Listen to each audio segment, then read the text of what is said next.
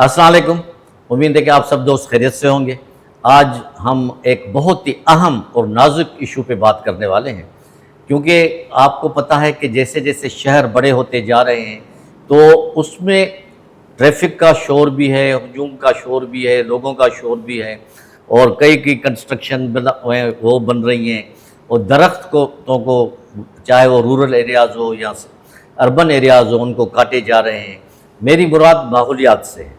माहौलियात अगर कहीं सही नहीं है तो फिर पॉल्यूशन जन्म लेती है, और पॉल्यूशन के हैज़र्ड्स जो हैं उनके नुकसानात बहुत बड़े हैं।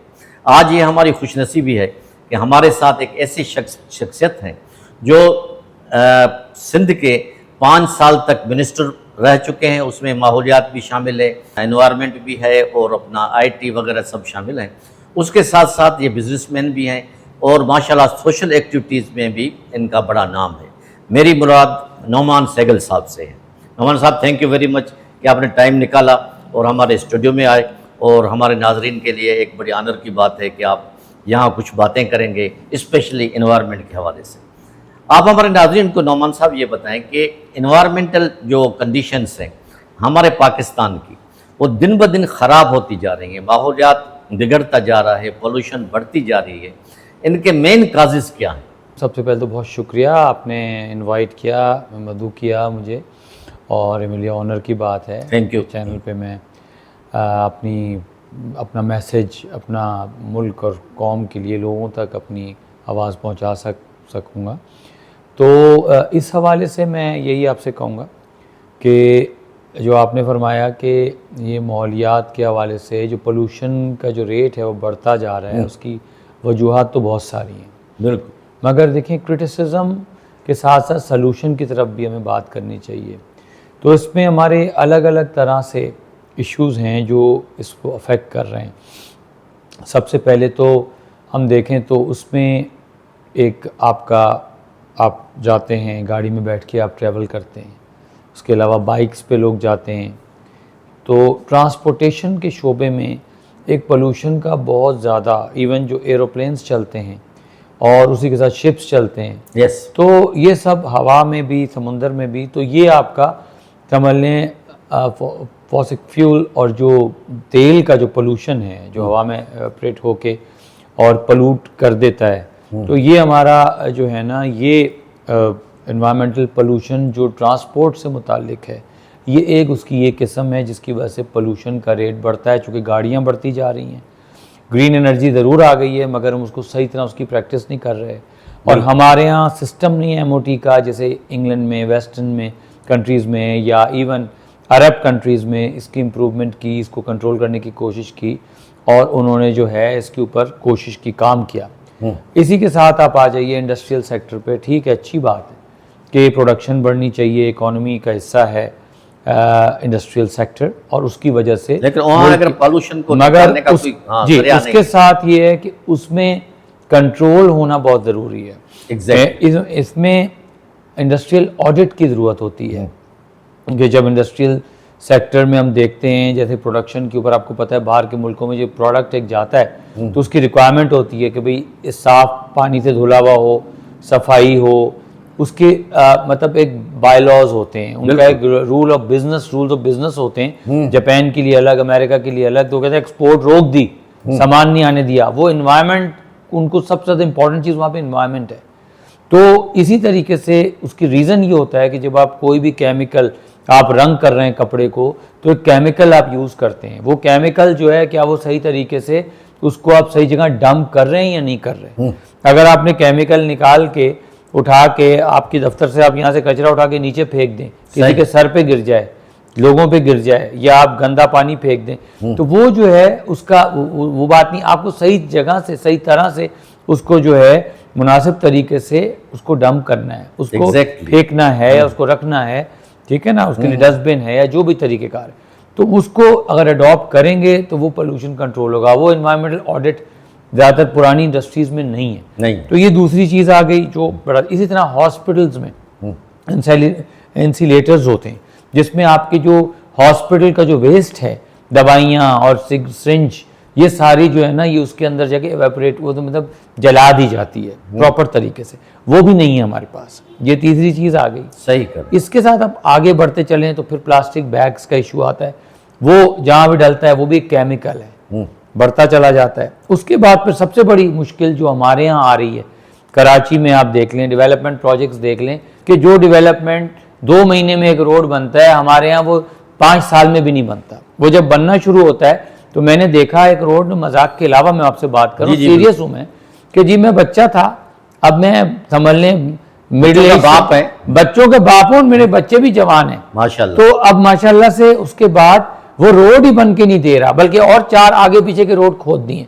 उसकी वजह पूरी दुनिया में हर जगह, हर एडवांस कंट्रीज में, आपको मिसाल दूं दुबई की, दुबई तरक्की क्यों की दुबई ने, आज दुबई सारी दुनिया करती है, हमें आपको वीजे मिलने भी बंद हो गए। उसकी वजह यह है कि वहां पे उन्होंने रेगिस्तान से उठा के एनवायरमेंट कंट्रोल प्रोग्राम के तहत जो एनवायरमेंट को उन्होंने पकड़ा है, तो उसके बाद आज दुबई जो है वो कहां से कहां पहुंच गया, दुनिया के टॉप मुल्कों में आ गया। ठीक है जी। और इसी तरीके क्यों क्या करते हैं, रूल्स एंड रेगुलेशंस एनवायरमेंट के फॉलो करते हैं। EPA जो हमारी एनवायरमेंट प्रोटेक्शन एजेंसी है पाकिस्तान की, उसका काम है कि वो उस चीज़ को करे, मगर हमने कोई तवज्जो नहीं दी ना प्रोविंशियल लेवल पे ना फेडरल लेवल पे। हालांकि अगर EPA चाहे तो बहुत कुछ कर सकती है, वो चाहे बेचारे, मगर उनके स्टाफ ही नहीं है। मेरे पास 4 आदमी थे जब मेरे अंडर EPA थी, या 6 आदमी थे। वो एक बंदा जाके पूरे सिंध के एक शहर को विजिट नहीं कर सकता, तो आप 40 शहरों को कैसे विजिट कर सकते? तो उसमें क्या हुआ कि कंट्रोल खराब होता रहा। आप देखें किंजर लेक और ये सारी जगह, तो ये इसकी वजह यह है कि एक चीज़ आती है EIA कहलाती है, एनवायरमेंट इम्पैक्ट असेसमेंट। तो एनवायरमेंट इम्पैक्ट असेसमेंट एक हमारा डॉक्यूमेंट है जो जब आपको मिलता है, क्लियरेंस मिलती है, जब आप कोई भी प्रोजेक्ट फर्ज करें, ये येलो बस, ब्लू बस, ग्रीन बस, हमें तो सारे रंग याद हो गए, वो बस का प्रोजेक्ट है, तो आप देखें कि आपके यहाँ बीमारियां बढ़ती जा रही हैं, घटती नहीं जा रही। उसकी वजह यही है कि आपको सबसे ज्यादा एलर्जी है यहाँ पे, एस्थमा हो गया। ये क्या है? ये सब एनवायरमेंट है, क्योंकि वो जो वहां पे एनवायरमेंटल पोल्यूशन क्रिएट हो रहा है because of negligence of this particular document, this particular practice, वो चीज आपको जो है ना खराब कर रही है, और आपका जो है ना पूरा एरिया EIA की वजह से हो रहा है। Environment impact EIA, environment impact assessment, ये एक मेजर चीज है, रिक्वायरमेंट है जो फुलफिल करनी है। अगर आप फुलफिल कर लें, वो 2-3 महीने का कोर्स आप उसमें लें, लोगों को बुलाएं, लोगों से पूछें, वो अपने अपने मसले बताएंगे, उसके हिसाब से वो कहेंगे यहाँ दीवार खींच दो, हमें यहाँ पे पोल्यूशन से बच जाएंगे, हमारे लोग बीमार हैं उससे बच जाएंगे, हमारे हार्ट पेशेंट उससे बच जाएंगे, हमारा रोड बचाओ, हमारा घर बचाओ। तो हर इलाके में प्रॉपर्ली वो डेवलपमेंट होना चाहिए, और उसमें टाइमलाइन भी आ जाए। बिल्कुल, ये आपने बड़ी तफसील से हमारे नाज़रीन को आपने आगाह किया। अच्छा, एक और बात जो मेरे जहन में आ रही है, क्यों जो वो मैंने बहुत देखता हूँ तो मुझे मेरा दिल भी थोड़ा सा खून के आंसू होता है कि लोगों ने दरख्त एक बहुत बड़ी एक प्रोटेक्शन है माहौलियात के हवाले से, लोगों ने बेदर्दी के साथ दरख्तों को काटना शुरू कर दिया है। रूरल एरियाज़ में ख़ास करके जो एक दरख्त बड़ी छांव देता है, लोग उनमें अपने चारपाया लेके सोते थे गांव गोठों में, वो उनका जैसे खून किया जाए इंसान का, इसी तरह उनका खून किया जाता है। एक इसके क्या नुकसानात हैं। दूसरा ये बात है कि हमारी गवर्नमेंट्स, जो भी गवर्नमेंट आती है वो जी प्लान करती है कि इतने अरब आप पौधे लगाएं, इतना ये करें, लेकिन कहाँ पौधे वो लगते हैं उसका भी कोई कोई आउटपुट नहीं मिल रहा। इसमें मैं आपको एक चीज़ ज़रा सा स्पेसिफिकली नोटिफाई कराऊंगा आपके प्रोग्राम के थ्रू, जी, और नाज़रीन को आपको से भी ज़रा वो शेयर करूंगा। जी कि आपने हर जगह यही सुना होगा, हेडिंग्स हैं बड़ी बड़ी, दरख्त लगाओ, माहौल को तब्दील करो, बिल्कुल इम्प्रूव करो, बेहतरी लाओ, क्लाइमेट चेंज की बेहतरी, मगर आपने कोई बोर्ड ऐसा देखा है जिसमें लिखा हो दरख्त बचाओ? ये नहीं, दरख्त बचाओ, दरख्त बचाओ, पौधे बचाओ, कभी आपने देखा है? नहीं। स्लोगन ये होना चाहिए, दरख्त लगाओ नहीं होना चाहिए, क्योंकि लगा दिया आपने और 1 साल के बाद काट दिया आपने, या वो बड़े हो गए उसके बाद काट दिए। शहीद मिल्लत रोड कराची पे आप देखें, कराची में सारे दरख्त काट दिए, सारे काट। उसके अलावा क्या हुआ कि इन्होंने हर जगह वो ग्रीन बेल्ट्स, 90 में हमें याद है, मेरे वालिद साहब उस वक्त मिनिस्टर थे, और उस ज़माने में हमने ग्रीन बेल्ट्स बनाई थी। हमसे मुरादी, हम चूँकि इस फील्ड में मेरी वालदा का बहुत इंटरेस्ट था, तो जगह जगह पे नर्सरियाँ और ग्रीन बेल्ट बना दी कि अपनी मदद आपके तो उसको मेंटेन करें। उसको ख़त्म करके कार पार्किंग बना दी। अब आप मुझे बताएं, पोल्यूशन बढ़ेगा और उस कार पार्किंग को कोई बंदा भी, कोई इंसान भी उसको ओन नहीं कर रहा। पर्ची भी कट रही है, पर्ची वो आपसे लेते भी हैं अनऑफिशियली, और आप कहते हैं वो पर्ची का मकसद नहीं, मसला नहीं है, मसला पोल्यूशन का है। अब आप मुझे बताइए कि जहाँ ग्रीन बेल्ट ही नहीं होगी, दरख्त काट दिए जाएंगे। अच्छा, लॉ है और इसमें हाई कोर्ट ने लॉ, हमने अपने ज़माने में कि जी आप दरख्त नहीं काट सकते, कोई रीज़न बताएं आप। बाहर के मुल्कों में मैंने देखा है, कनाडा में जहाँ तबाही की सर्दी पड़ती है, -30 -40, वो सर्दियों में दरख्तों पे महंगा महंगा कपड़ा लगा देते हैं, और जब गर्मियाँ आती हैं तो वो कपड़ा उतार देते हैं। हम तो ऐसे हैं कि हम सॉरी है तो कपड़ा लगाओ की चीज़, हम तो कपड़ा ही फाड़ दें। तो यहाँ पे बेसिक अवेयरनेस नहीं है। इसमें मैं कहूँगा कि पहली जमात से या नर्सरी से बच्चों में अवेयरनेस पैदा करें, यह भी कचरे के हवाले से भी, मेंटेनेंस के भी हवाले से।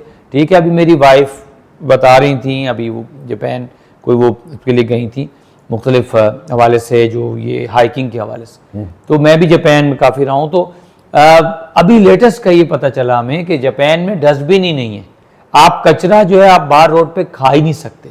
अच्छा, ये रूल्स हैं, ये प्रैक्टिसेस करनी पड़ेंगी, अवेयरनेस मस्ट है। हम जहाँ वो करते हैं वहाँ हम फेंक देते हैं, जो पौधा देखते हैं काट देते हैं। अगर एक दो लोगों को सजाएं होंगी, पेनल्टीज लगेंगी, तो लोग खुद ख्याल रखेंगे। तो दरख्त लगाने से ज़्यादा दरख्त बचाना है, क्योंकि आप पिछली 10 साल पुराना, 20 साल पुराना, आप शहीद मिल्लत रोड देख लें, गुलशन देख लें, गुलिस्तान जौहर देख लें, ठीक है, नाजमाबाद देख लें, नॉर्थ नाजमाबाद देख लें, फेरलबी एरिया देख लें, बिल्कुल, आप डिफेंस देख लें, क्लिफ्टन देख लें, मैंग्रोव्स देख लें, क्या वही आज मौजूद हैं जो 20 साल पहले थे? दिस इज द रीजन कि बचाओ, मैंग्रोव्स बचाओ। मैं डाइव करता हूँ, डाइवर भी हूँ, तो मैं जाता हूँ डीप सी में। आप यकीन करें, मुझे लगता है जब मैं यहाँ पे अगर किसी समुंदर में, जो क्रीक क्लब के पास अगर गलती से छलांग लगा दूँ, तो लगता है मैं किसी सॉलिड से किसी गटर में हूँ, और मुझे स्किन डिजीज हो जाती है। और वही हम जाके चढ़ना से आगे जब करते हैं साफ सुथरा, चूंकि वहाँ पे जहाज, शिप्स और ये पोल्यूशन नहीं है सारे, तो ये जी, तो ये दरख्त आपका, मैंग्रोव्स और दरख्तों के ऊपर अवेयरनेस चाहिए।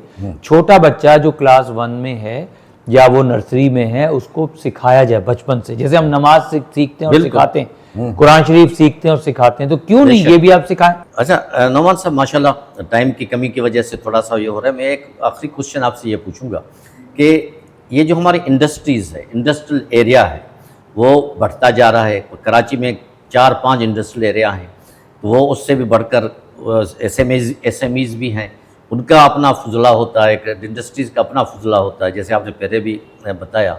इसी तरह नूरियाबाद में है या और जगहों पे है। तो क्या ऐसा कोई कानून है या ऐसी कोई गवर्नमेंट की तरफ से कोई इंस्ट्रक्शंस हैं कि उनके जो भी फजला जो निकलता है बाहर, जिसकी वजह से उनका अगर प्रॉपर नमूने से उनको अगर डंप किया जाए, तो हम कई बीमारियों से भी बच सकते हैं और पॉल्यूशन से भी बच सकते हैं? देखिए, इसमें मैंने भी एक्शन लिया अपने ज़माने में, लोग जब आप वज़ीर थे जी, तो उस ज़माने में केमिकल्स डाल दिए, उसमें बच्चों की डेथ्स हो गई। एक्शन लिया गया, लॉज हैं, रूल्स हैं, सब कुछ है। मगर देखिए, रूल कोई भी हो, सही, रूल को फॉलो करने वाला भी तो होना चाहिए ना। आप मुझे बताएं, रूल तो ये है कि रेड लाइट पे रुकना है, रूल है कि नहीं? बिल्कुल है। सीट बेल्ट लगानी है, मगर हम और आप, हम सब उसमें शामिल हैं, उसमें हम जो है लगाते नहीं है। रूल तो ये है कि 1 वे है, उल्टा नहीं आना। मगर आप बाइकर्स को देखें, लोगों को देखें, हम सब उल्टे आ रहे होते हैं। प्रॉब्लम ये है कि मैं बार बार यही कहता हूँ कि अवेयरनेस, और लोगों को देखें, पढ़ने लिखने से कुछ नहीं होता, हमें बेसिक ट्रेनिंग, बेसिक एटिकेट्स आने चाहिए। वो कहते हैं ना, बड़ा अखलाक अच्छा है इस बंदे का, इनके पीछे फैमिली बैकग्राउंड बड़ा अच्छा है, ये देखिए बहुत से लोग हैं बाद में करते हैं, गालियाँ पहले देते हैं। तो ये इसी तरह रोड पे जब आप जा रहे हैं, रोड पे जब आप ट्रैवल कर रहे हैं, जब आप गाड़ी में जा रहे हैं, तो बहुत से ऐसे लोग होते हैं जो फॉलो करते हैं, रूल फॉलो करते हैं। वही मैं समझता हूँ कामयाबी की निशानी होती है। ये नहीं होता, देखो यार वो रेड लाइट पे रुका हुआ 1 घंटे से, आधे घंटे से, 20 मिनट से, 5 मिनट से, और हमारे यहाँ क्या हो रहा है, ग्रीन पे चल रहे हैं, रेड पे रुक रहे हैं, रेड पे चल रहे हैं, ग्रीन पे रुक रहे हैं। व्हाट आई मीन टू से कि ये इसी हवाले से रूल्स हैं, रूल्स को फॉलो करने की ज़रूरत है और सख्ती करने की ज़रूरत है। मगर साथ साथ स्कूलिंग और एजुकेशन और आपके सब्जेक्ट में और आपकी बुक्स में इसको डालें शुरू से, और एक सब्जेक्ट के तौर पे इसको पढ़ाएं कि जी आपने जो है ना इस कानून को फॉलो करना है। जैसे आप दूसरे कानून, झूठ बोलना गुनाह है, सच बोलो, जैसे इस्लामियात आप पढ़ते हैं, मज़हब के हवाले से तालीम देते हैं, इसी तरह अवेयरनेस इसकी क्रिएट करें एनवायरनमेंट के हवाले से, और सब्जेक्ट होना सारे, हाँ, और सब्जेक्ट है, मगर ये रूल्स एंड रेगुलेशंस को बचपन से, छोटे बच्चे का जहन होता है, बचपन से पढ़ाएं। नौमान साहब माशाल्लाह, तो आपने बहुत बड़ी बातें बताई और हम उम्मीद करते हैं कि हमारे व्यूअर्स जो है वो इस पे अगर अमल करेंगे तो हम भी, हमारा मुल्क भी कई चीज़ों से बच सकता है। Thank you very much once again. नाज़रीन, आपने नौमान सहगल साहब की बातें सुनी, उन्होंने हमें कई चीज़ों से आगाही दी, और जब वो मिनिस्टर थे तो उन्होंने अपने मिनिस्ट्री के दौर में भी इन कानून पे अमल कराने की कोशिश की, लेकिन कहते हैं कि जब ताली दोनों हाथों से बजती है तो हमें भी चाहिए, आम आदमी को भी चाहिए, जो हुकूमत जो कुछ भी कर रही है थोड़ा बहुत हम उसको फॉलो करें, और इन्वायरमेंट अगर सही होगी, अगर माहौल सही होगा तो हमारे मुल्क में कई बीमारियां ख़त्म हो जाएंगी। माहौल ख़राब होने की वजह से, या प्रिकॉशनरी मेयर्स जो इंडस्ट्रीज से होते हैं, या दरख्त काट के जो हम अपना बेड़ा गर्क कर रहे हैं माहौल का, उससे भी अगर हम बचें तो हमारी काफ़ी हद तक हमारी बचत हो सकती है। मैं उम्मीद करता हूँ कि आपने नौमान साहब की बातों पे अमल करेंगे और माहौल को जो है बेहतर बनाने के लिए कई दरख्त उगाएंगे और दरख्त बचाओ मुहिम में भी हिस्सा लेंगे। इसी के साथ ही आप अपने मेज़बान असदुल्ला भट्टी को इजाज़त दीजिए। अल्लाह हाफ़िज़।